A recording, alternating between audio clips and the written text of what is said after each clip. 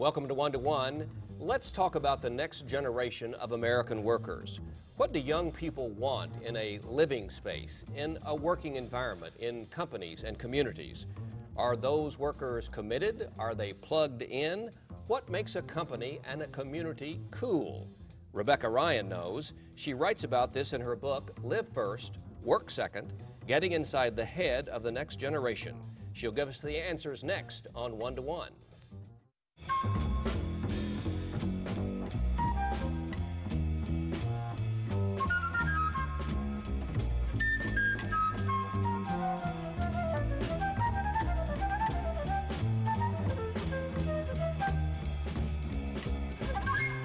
Welcome to the program. It's great to be here, Bill. Thanks for having me. First of all, I must tell you that I was just fascinated by your book. It's so interesting.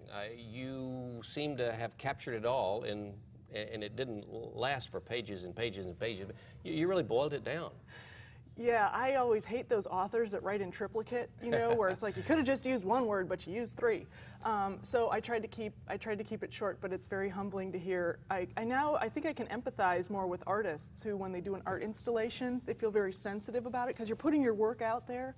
I really appreciate your comments. Well, I want to talk about what you do and what you've written about. Studying the next generation has really grown into a business for you, and I want you to take us back to when you figured out that this was not only something that you had passion about and for, but also something that you could make a living doing too. So tell us about that. Well, I was one of those young professionals who had 5 jobs in 4 years, and it made my parents crazy because my parents are members of the greatest generation. My dad worked 33 years in a row for the same company.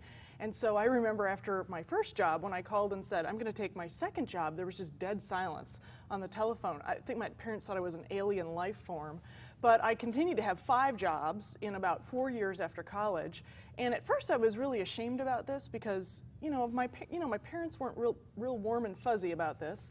And I thought maybe there is something wrong with me. And then I realized at a class reunion, every one of us had had the same experience, and then I got interested. It's maybe more than me, maybe there's a trend here.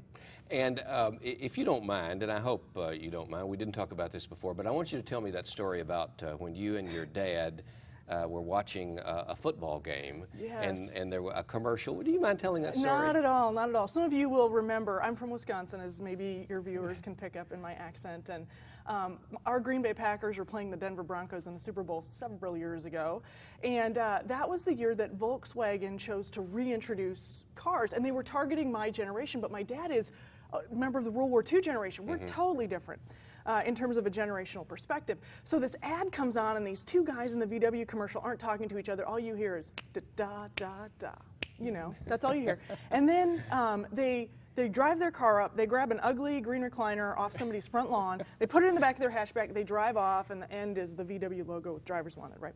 So my dad and I are having a beer in the kitchen after this ad, and I couldn't stop kind of humming, and my dad turned to me and he said, "Cripes, Rebecca, what was that ad even about anyways?" And I said, well, that was an ad for VW, Volkswagen, the car company. And he said, "Oh my God, I thought that ad was about a recliner." Just like that. And in that moment, I had this flash of insight that next generation leaders, like my dad was experienced leaders, weren't trying to be clueless. It's just that we were looking at things with such different lenses, and that really opened up the possibility that this could be a business for me to study these generational differences. So you started there, and really out of is it a consulting company? Is that what you? It is. I think our wheelhouse is really research, because we want to know as much as we possibly can about the next generation. But out of that, we're able to synthesize all this data and say, oh, okay, based on this is what communities should do, this is what companies need to think about. And out of the business, and after 10 years, comes the book, Live First, Work Second, Getting Inside the Head of the Next Generation. And you quote guru and transformative thinker Richard Florida, give companies, communities, and economies realistic and candid advice. And that's what you've done in this book? Well, I've tried. I've done my best. What I really wanted to do with this book was take everything we learned over the previous 9 years and try to condense it, because when you're speaking or you're doing consulting, sometimes things get lost in translation, or people say, gosh, I wish I had written that down, or that story was so precious, could you tell that story again? So really what I tried to do with this book was give a gift to the thousands of people who had been in my audiences over the previous decade, to say, here's what we know. And you'll notice it's not a very big book. No, well, we already said that, and, Right. which is a good thing. I guess. Maybe it means I haven't learned very much. I don't know. I think it's the way you boil it down, and it's very well written with a lot of examples. You play some games throughout too. The game you play that makes the point that things are changing and you'd better get on the board the bus or you're going to be left behind. And that is the game where you name an institution, Right. like politics, and we're going to use that as an Sure. example, and you point out how it's crumbling and how the next generation is really seeing and looking at it differently. So let's play the game, and let's just start with politics. You name an institution and I'll tell you how it's changed. Okay, politics. So your next generation, whether that's your kids or your workforce or your citizens, they have never known a president who hasn't lied.